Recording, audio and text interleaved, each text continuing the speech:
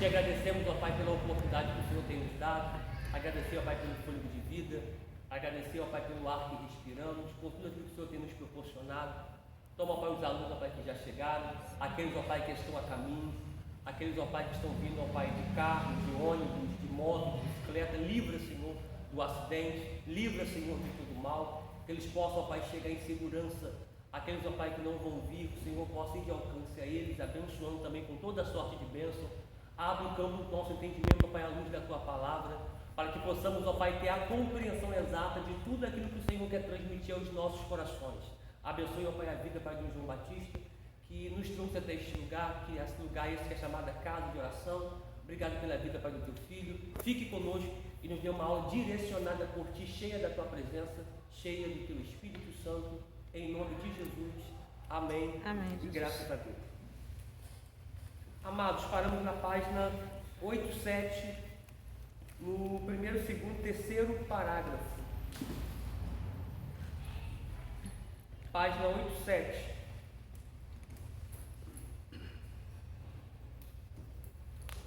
Como início, adicione a essa situação volátil. Acharam?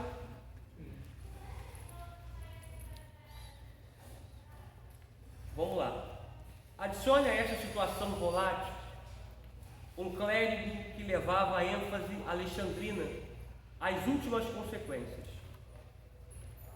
Eutíquio, chefe de um mosteiro próximo a Constantinopla, ensinava uma ideia que passou a ser chamada monofisismo. De mono, quer dizer um, e psis, natureza. Esse ponto de vista sustentava que a natureza de Cristo estava perdida na divindade, assim como uma gota d'água que cai no mar e é absorvida por ele. Espera o pessoal contar. Não, pode passar.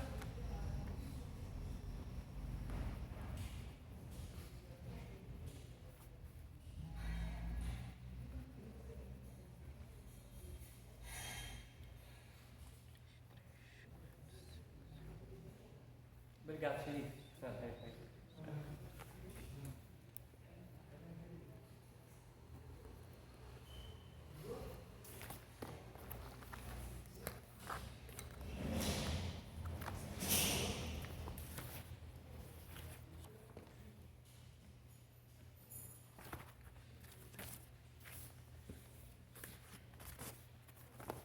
Vamos lá, vou reler novamente o parágrafo. Adicione a essa situação volátil um clérigo que levava a ênfase alexandrina às últimas consequências. Eutíquio, chefe de um mosteiro próximo a Constantinopla, ensinava uma ideia que passou a ser chamada monofisismo, de mono, que quer dizer um, e psis, ou psis, quer dizer natureza. Esse ponto de vista sustentava que a natureza de Cristo estava perdida na divindade, assim como uma gota d'água que cai no mar e é absorvida por ele.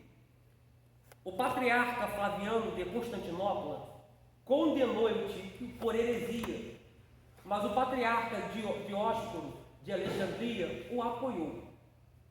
A pedido de Dióscoro, Teodócio convocou outro concílio, que se reuniu em Éfeso em 449. Esse concílio proclamou que Eutíquio não era herege, mas muitas igrejas consideravam esse concílio inválido. O Papa Leão I rotulou aquele encontro de sinodo de ladrões e, atualmente, ele não é considerado um concílio ecumênico válido. Leão pediu ao imperador que convocasse outro concílio, de modo que a igreja, como um todo, fosse representada. Esse concílio aconteceu na cidade de Calcedônia, próximo de Constantinopla, no ano de 451, atraindo cerca de 400 bispos, frequência superior à de qualquer outro concílio, já realizado até aqueles dias. Dióscoro sempre foi uma figura um tanto sinistra. Agora, nesse concílio, ele foi excomungado da igreja com o resultado de suas ações no sinodo de ladrões. Durante o concílio de Calcedônia, foi reunida uma afirmação sobre a natureza de Cristo, chamada Tomo, que quer dizer carta dogmática, de autoria do Papa Leão I. Os bispos incorporaram seu ensinamento à declaração de fé, que foi chamada de definição de fé de Calcedônia. Nessa definição de fé, Cristo reconhecidamente tem duas naturezas, sem confusão, sem mudança, sem divisão, sem separação. A propriedade característica de cada natureza é preservada e se reúne para formar uma pessoa. Essa concepção condenava as ideias de Apolinário e Eutíquio, além das posições atribuídas a Nestório.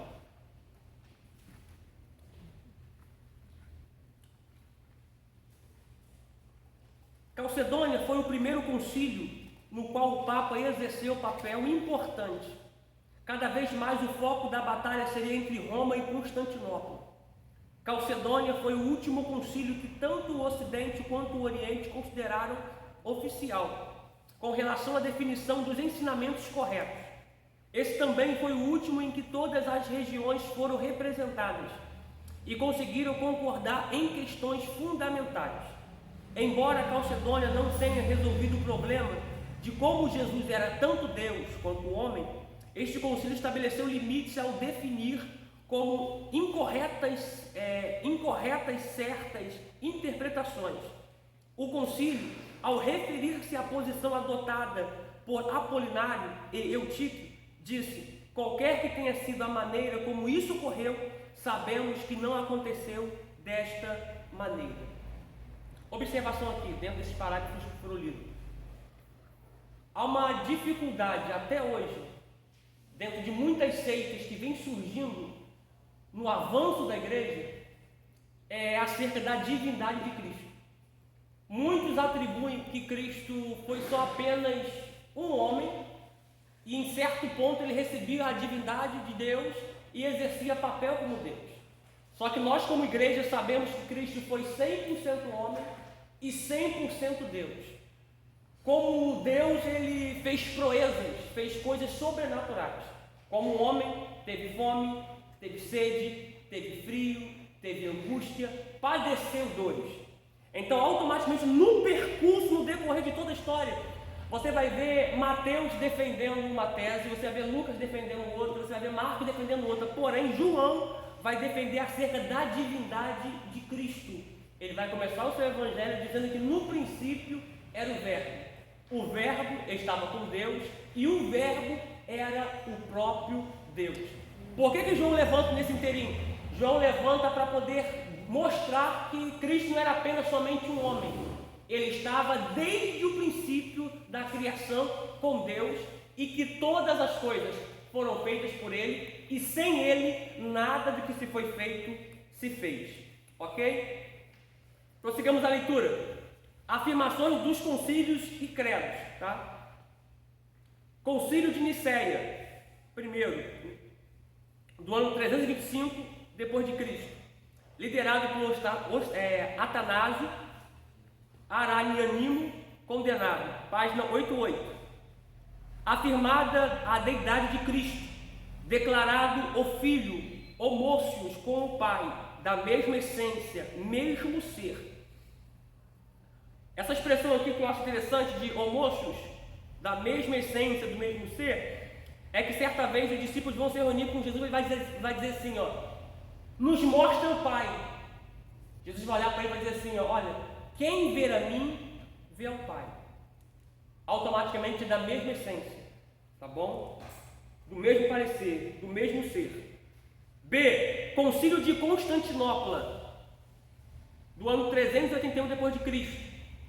Reafirmado o de Nicéia e a pneumatologia, apolinarismo, condenado, concluída a controvérsia ariana. C. Concílio de Éfeso, o ano 431, Nestorianismo, condenado também, afirmada a união hipostática. D. Concílio de Calcedônia, 451, Eutiquianismo, condenado também, aprovado o credo niceno. Discussão completada e confirmação da união hipostática, afirmada a doutrina da Trindade. O credo atanasiano, final do V século, direcionado contra o modalismo e o arianismo, afirmada a procedência filioque do Espírito a partir do Filho. F. Concílio de Constantinopla, no ano 553, monofismo forçamente suprimido. E G. Concílio de Constantinopla, que foi do ano 680 ao ano 681, monotelitismo, doutrina de Cristo que tinha uma vontade, mas duas naturezas, condenado também, afirmando que Cristo tinha tanto uma vontade humana como uma vontade divina. Todas essas teses foram derrubadas. Tá? Os ofícios de Cristo. Na época do Antigo Testamento, havia três classes de mediadores entre Deus e o seu povo, que é o profeta, o sacerdote e o rei, como perfeito mediador. Está lá em 1 Timóteo, capítulo 2, versículo 5, já vamos ler. Cristo reúne em si mesmo os três ofícios. Jesus é o Cristo profeta, que ilumina as nações, o Cristo sacerdote, que se ofereceu como sacrifício pelas nações, o Cristo rei, que reinará sobre as nações. Vamos ler 1 Timóteo, capítulo de número 2, versículo de número 5.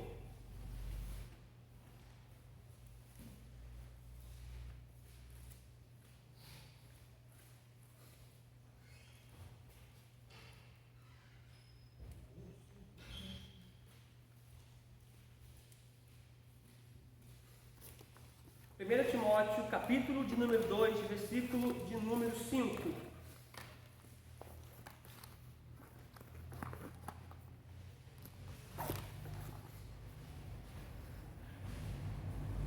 Acharam? Amém? Porque há um só Deus e um só mediador entre Deus e os homens, Jesus Cristo, homem. Ok? Esse texto aqui mostra que o Evangelho, como o próprio Cristo, é exclusivista. Por que exclusivista? Porque ele vai dizer assim uma certa vez: eu sou a porta. Ele não vai dizer que ele é apenas uma porta, ele é a porta. Outra ocasião ele vai dizer que eu sou o caminho. Não é um caminho. Isso mostra exclusivismo. Então o Evangelho, o Cristo que nós servimos, ele é exclusivista. Ele é o caminho, ele é a porta, ele é o pão da vida, ele é a água e assim por diante. Ok? Prossigamos a leitura. Cristo como profeta, 4.1. O profeta no Antigo Testamento era o representante ou o agente de Deus na terra, que revelava a sua vontade com relação ao presente e ao futuro. O testemunho dos profetas dizia que o Messias seria um profeta para iluminar Israel e as nações. Os evangelhos também representam Jesus da mesma forma, como profeta. Vamos ler Isaías 42, 1.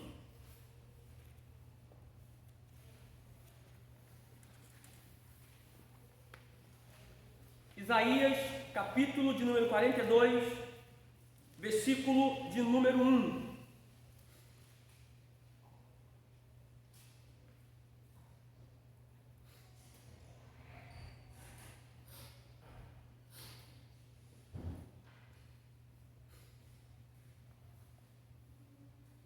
Amém? Amém, irmãos? Amém. Diz assim: eis aqui o meu servo, a quem sustenho, o meu eleito, em quem me comprais a minha alma. Pus o meu espírito sobre ele, juízo produzirá entre os gentios. Vamos ler agora um texto do Novo Testamento, vamos ler João capítulo 4,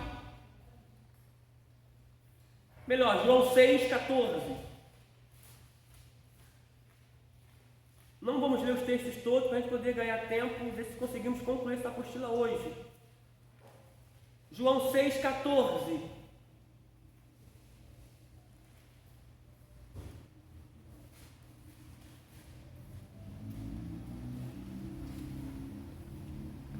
João capítulo 6, versículo de número 14.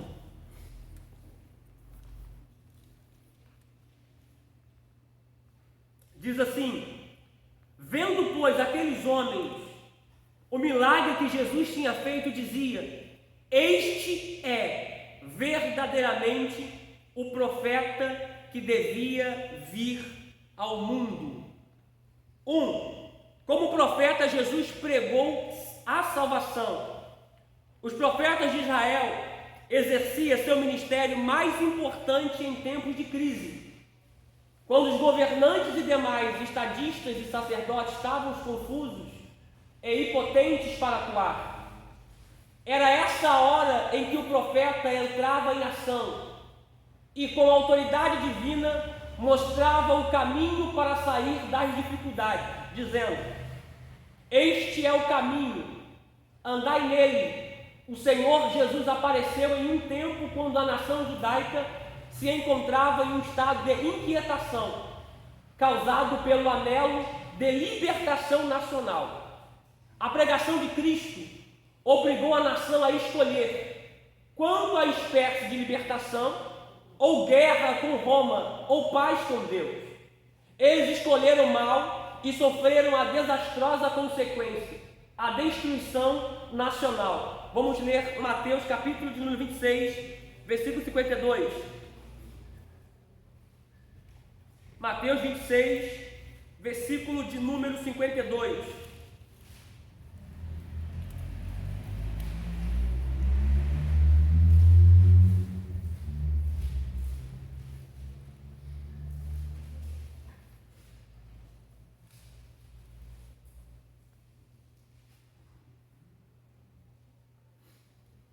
Mateus capítulo 26, versículo de número 52. Acharam?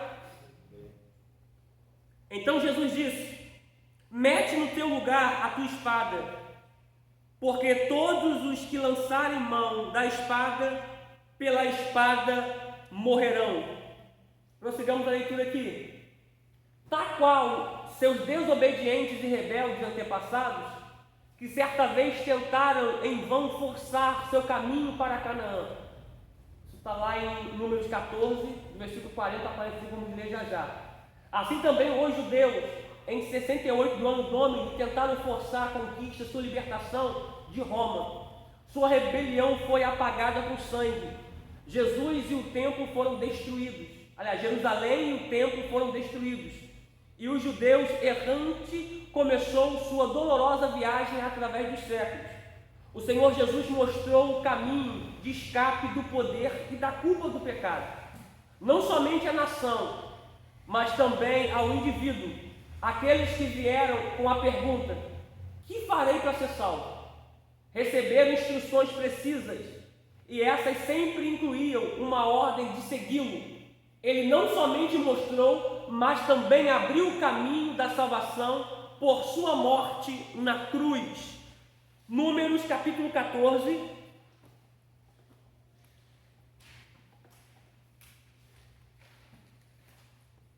do versículo de número 40 ao 45.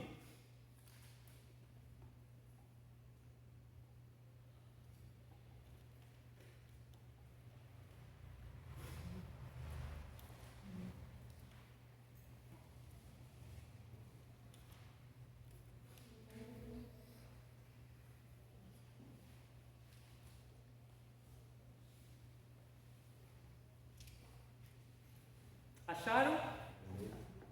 Diz assim, Números 14, do versículo 40 ao 45.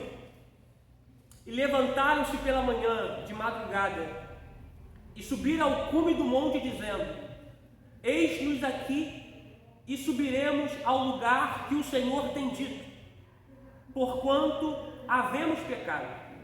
Mas Moisés disse: por que quebrantais o mandato do Senhor? Por isso não prosperará.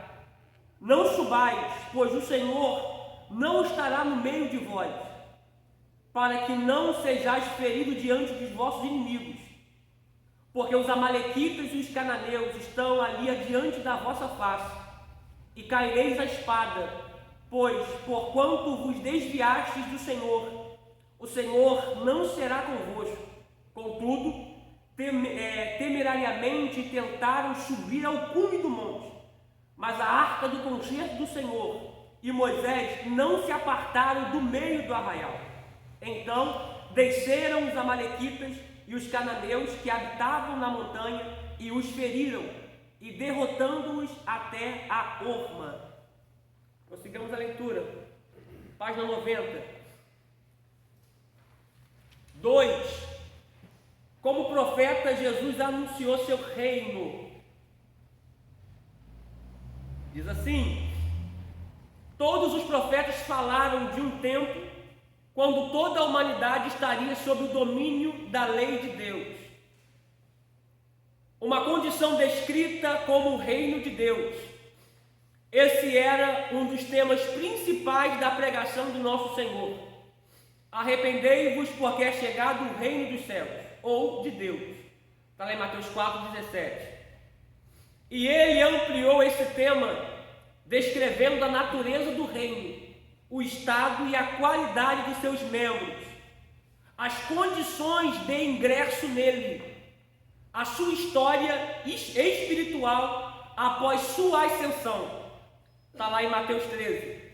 E a maneira de seu estabelecimento na terra.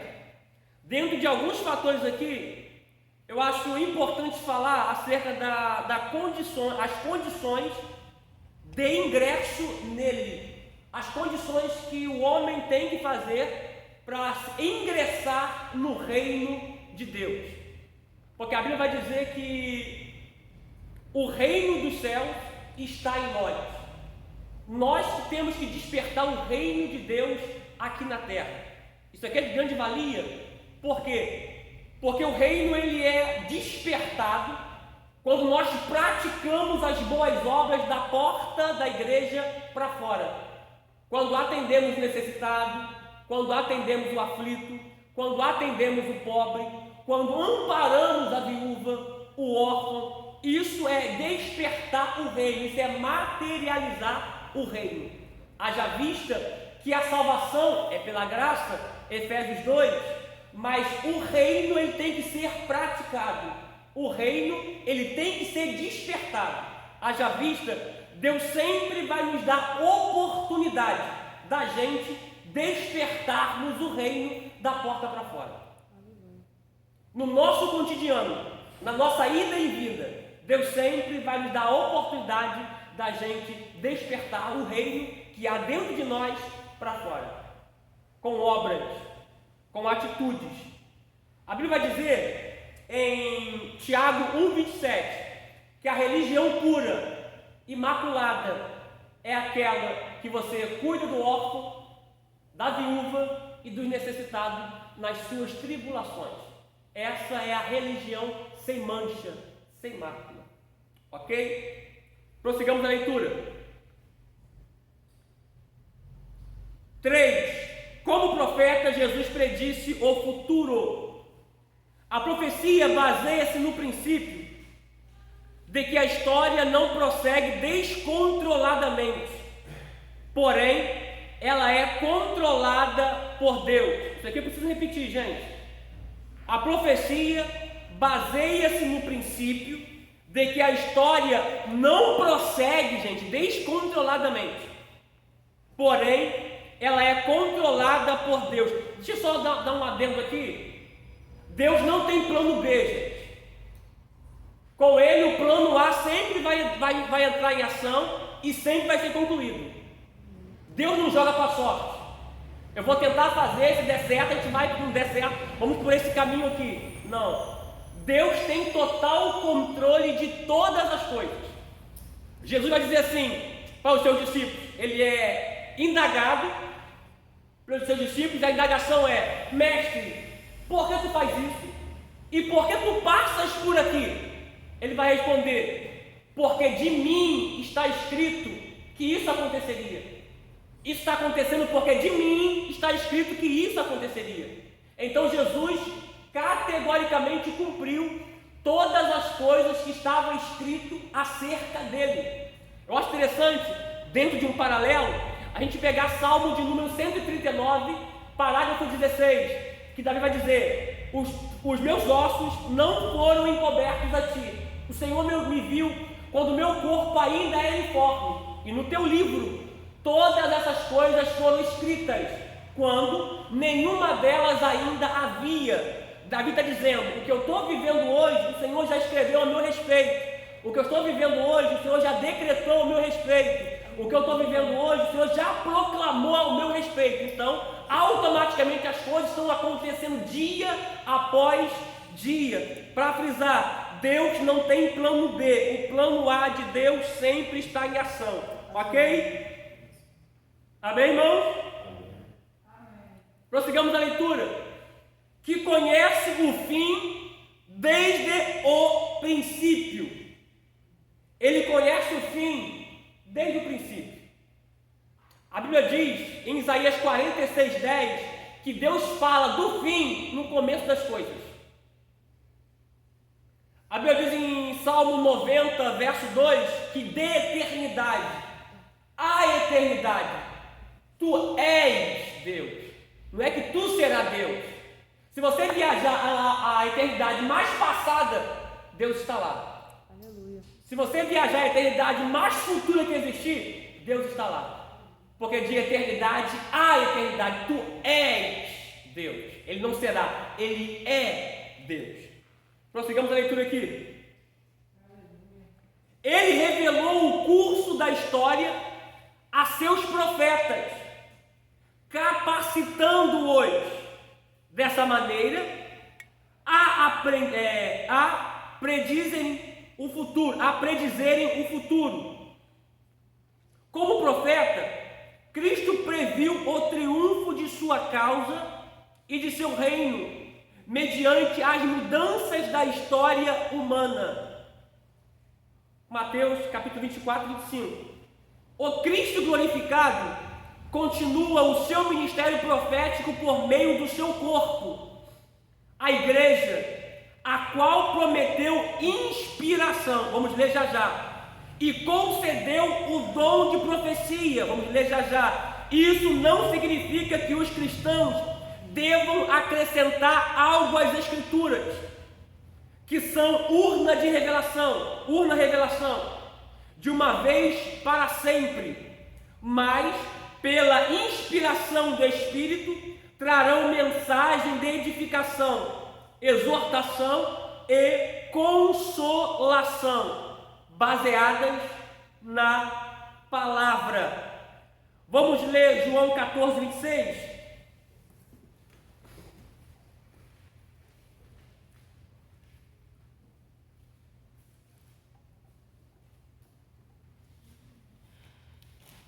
João 14, versículo 26.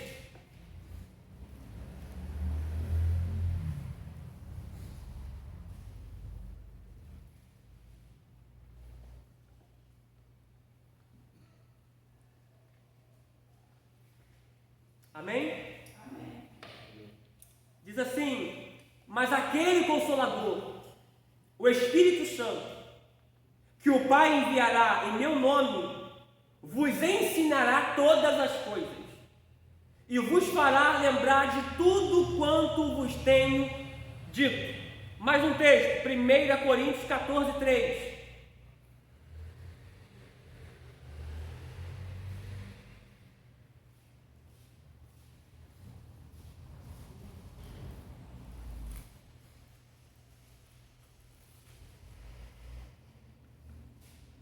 Primeira Coríntios 14, 3.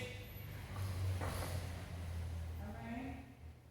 Diz assim: mas o que profetiza fala aos homens para edificação, exortação e consolação. Uma observação que antes da gente continuar a leitura: não é acidente de salvação, é plano de salvação. Não é acidente. Você não está aqui por causa de um acidente. Não, é plano. salvífico, é plano de salvação. Jesus disse: quando eu for levantado, quando eu for crucificado, eu atrairei muitos para mim. A metódica de você estar aqui é porque ele foi levantado no madeiro e automaticamente o sacrifício dele trouxe você até aqui. Por isso que você se encontra aqui nesta noite, amém? Prossigamos a leitura. Cristo como sacerdote. Sacerdote no sentido bíblico é uma pessoa divinamente consagrada para representar o homem diante de Deus e para oferecer sacrifícios que assegurarão um favor divino, porque todo sumo sacerdote é constituído para oferecer dons e sacrifícios, pelo qual era necessário que este também tivesse alguma coisa que oferecer. Está lá em Hebreus 8:3. No Calvário, Cristo sacerdote ofereceu-se a si mesmo em sacrifício para assegurar o perdão do homem e sua aceitação diante de Deus.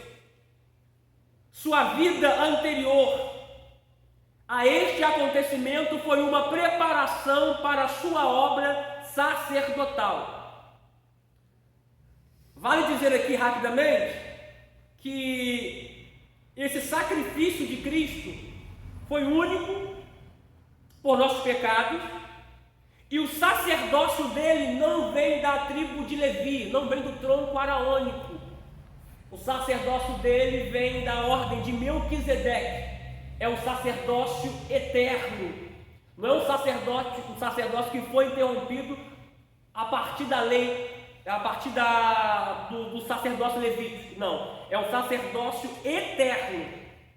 Pegando esse gancho aqui, gente, a gente precisa falar isso aqui, porque a dificuldade da igreja hoje, ela é ser pastoreada pela pastora presidente e ter vários pastores na internet que falam um monte de besteira.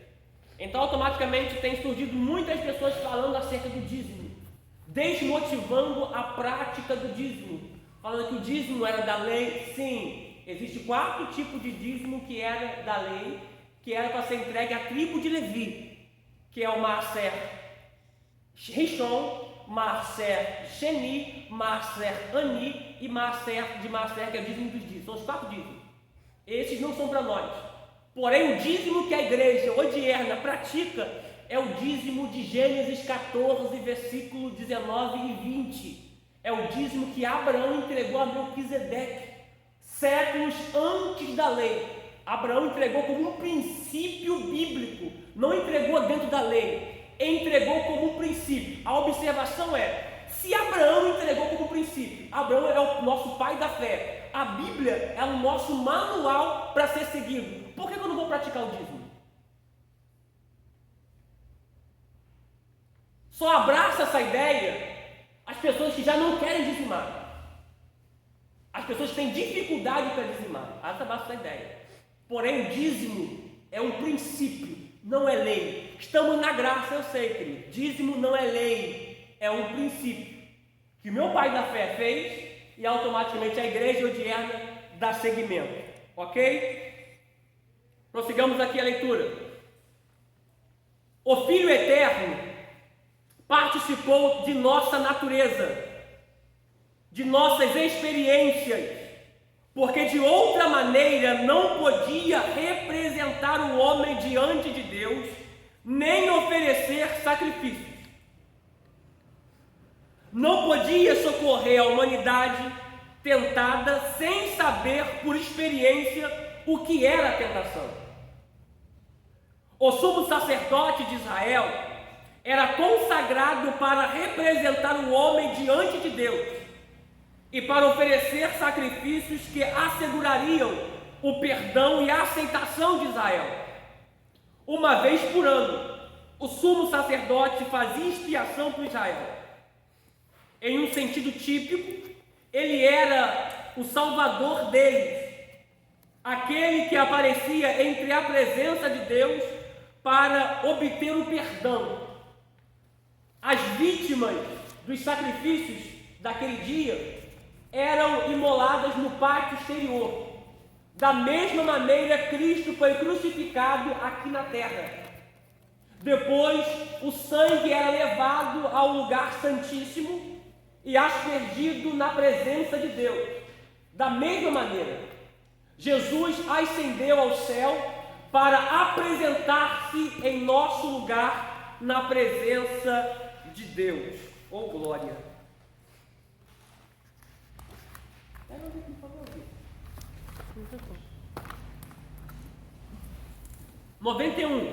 Página 91. A aceitação por Deus de seu sangue, a aceitação por Deus de seu sangue, nos dá a certeza da aceitação de todos os que confiam no seu sacrifício. Apesar de Cristo haver oferecido um sacrifício perfeito uma vez por todas, sua obra sacerdotal ainda continua. Ele vive sempre para aplicar os méritos e o poder de sua obra expiatória perante Deus, a favor dos pecadores. O mesmo que morreu pelos pecados dos homens, agora vive para eles, para salvá-los e para interceder por eles. E quando oramos em nome de Jesus, estamos pleiteando a obra expiatória de Cristo como a base da nossa aceitação, porque somente por ela temos a certeza de sermos aceitos no amado. Vamos ler Efésios capítulo 1, versículo 6. Efésios capítulo 1, versículo de número 6.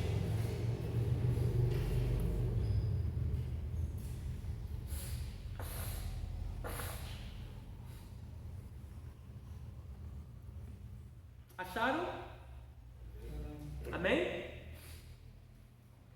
Efésios capítulo 1, versículo 6 diz assim: para louvor e glória da sua graça, pelo qual nos fez agradáveis a si no amado. Obrigado, vida.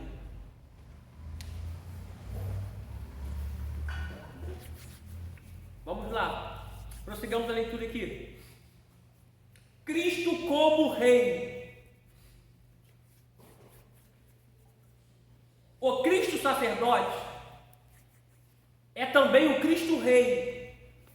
O plano de Deus para o governante perfeito foi o que ambos os ofícios fossem investidos na mesma pessoa.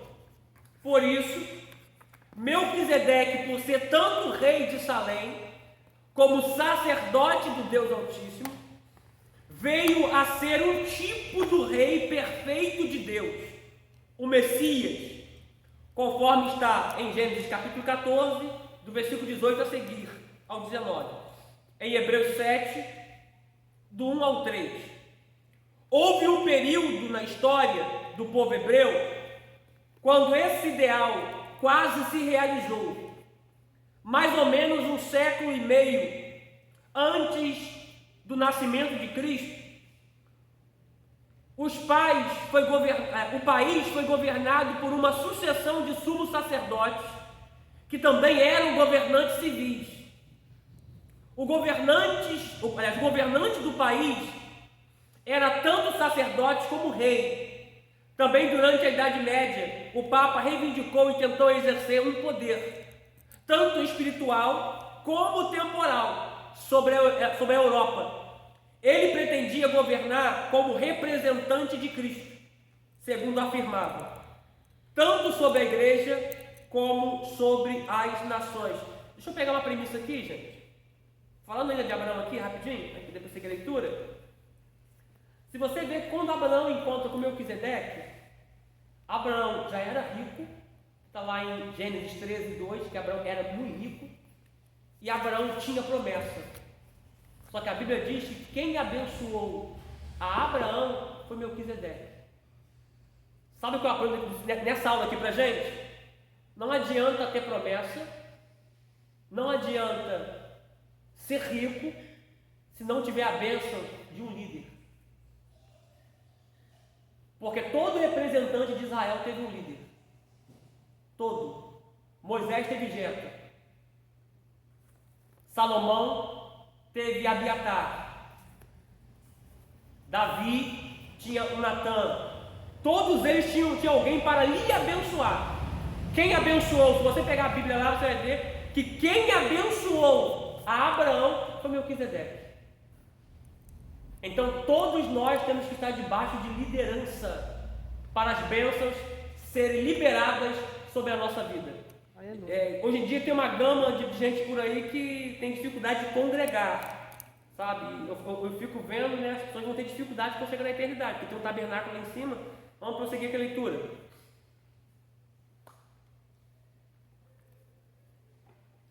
Tal é Cristo glorificado, de acordo com as profecias do Antigo Testamento. O Messias seria um grande rei da casa de Davi, que governaria Israel e as nações por meio do seu reino áureo de justiça, paz e prosperidade. Vamos ler primeiro dois textos desses. Primeiro, Salmo de número 110, versículo 1. Salmo 110, verso de número 1.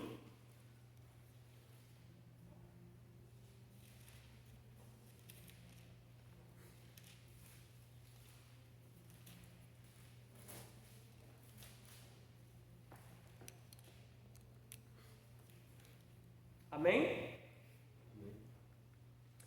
Salmo de número 110, verso 1 diz assim: Disse o Senhor ao meu Senhor: Assenta-te à minha direita, até que ponha os teus inimigos por escabelo dos seus pés. Outro texto, Isaías 11,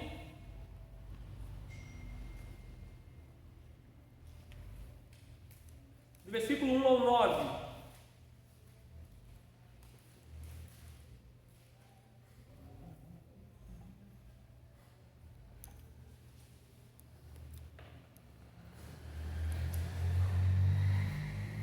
Amém? Isaías 11, do 1 a seguir, diz assim: Porque brotará um rebento do tronco de Jessé, e das suas raízes um renovo frutificará, e repousará sobre ele o Espírito do Senhor, e o Espírito de sabedoria e de inteligência, e o Espírito de conselho, de fortaleza, e o Espírito de conhecimento e de temor do Senhor. E deleitar-se-á no temor do Senhor, e não julgará segundo a vista dos seus olhos, nem repreenderá segundo o ouvir dos seus ouvidos, mas julgará com justiça os pobres, e repreenderá com equidade os mansos da terra, e ferirá a terra com a vara da sua boca, e com o sopro dos seus lábios matará o ímpio, e a justiça será o cinto dos seus lombos, e a verdade o cinto dos seus rins. E morará o lobo com o cordeiro, e o leopardo com o cabrito, e o leopardo com o cabrito se deitará, e o bezerro e o filho de leão, e a média ovelha viverão juntos, e o menino pequeno os guiará. A vaca e a ursa pastarão juntas, e seus filhos juntos se deitarão, e o leão comerá palha como boi, e brincará a criança de peito sobre a toca da áspide, e já o desmamado meterá a mão na cova do basílio. Não se fará mal nem dano algum em todo o monte da minha santidade, porque a terra se encherá de conhecimento do Senhor, como as águas cobrem o mar. Por isso que para muitos dos judeus, Cristo não foi aceito. Por quê? Porque eles esperavam viver isso aqui naquela época. Eles esperavam que Cristo viesse, destruísse toda a Roma e automaticamente sentaria no trono e automaticamente eles viveriam em plena paz e em plena harmonia. Só que o que Cristo veio estabelecer não veio um reino, não é um reino terreno, mas é um reino eterno. Porque tudo que é terreno é esporádico, tudo que é terreno passa, mas o reino dele eterno não haverá fim. Prossigamos a leitura aqui. Jesus afirmou ser ele o rei. Na presença de Pilatos, ele testificou que nasceu para ser rei. Explicou que o seu reino não era deste mundo. Isto é, não seria um reinado fundado por força humana, nem seria um governo, aliás, nem seria governado de acordo com os ideais humanos. Antes de sua morte, Jesus predisse sua vinda com poder e majestade para julgar as nações. Mesmo pendurado na cruz, ele parecia rei e, como rei, falava, de modo que o ladrão moribundo percebeu esse fato e exclamou: Senhor, lembra-te de mim quando entrares no teu reino. Compreendeu que a morte introduziria Jesus no seu reino celestial. Depois da ressurreição, Jesus declarou: é-me dado todo o poder no céu e na terra. Depois da sua ascensão, foi coroado e entronizado com o Pai. Está em Apocalipse 3 e também em Efésios 1, 20 e 22. Isso significa que diante de Deus, Jesus é rei. Ele não é somente cabeça da igreja, mas também Senhor de todo o mundo e mestre dos homens. Somente dele são o poder e a glória desses resplandecentes reinos que Satanás, o tentador, há muito tempo mostrou-lhe no cume da montanha.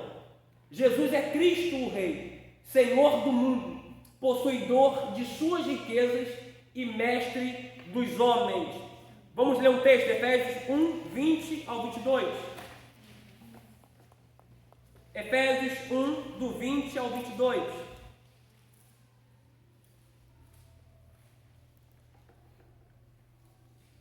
Efésios capítulo 1, versículo 20.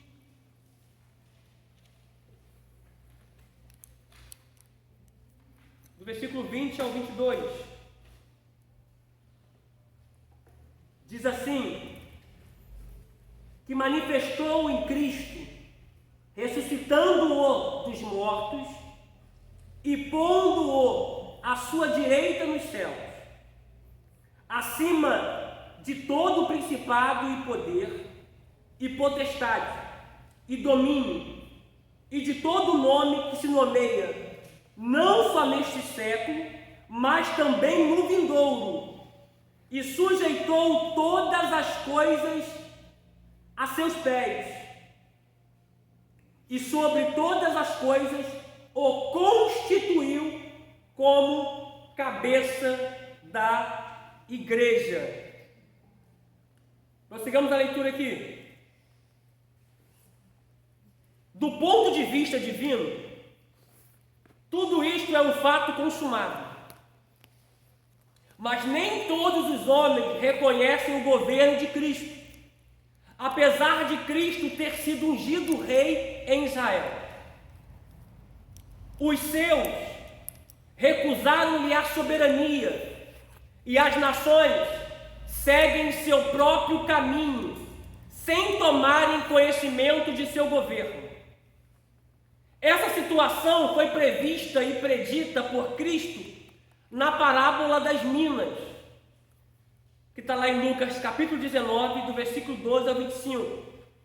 Assim Cristo compara a si mesmo a um certo nobre que foi a um país longínquo a receber para si um reino e depois regressou. Jesus veio do céu à terra, ganhou exaltação e soberania por sua morte expiatória pelos homens, e depois ascendeu ao trono do Pai para receber a coroa e o seu governo. Eu tenho um quadro para passar para vocês. Esse quadro aqui. Primeiro eu vou finalizar a apostila, para depois passar esse quadro aqui, tá, gente? Por isso que estou lendo bem rápido assim para a gente poder concluir essa apostila e depois passar esse quadro aqui para vocês, tá?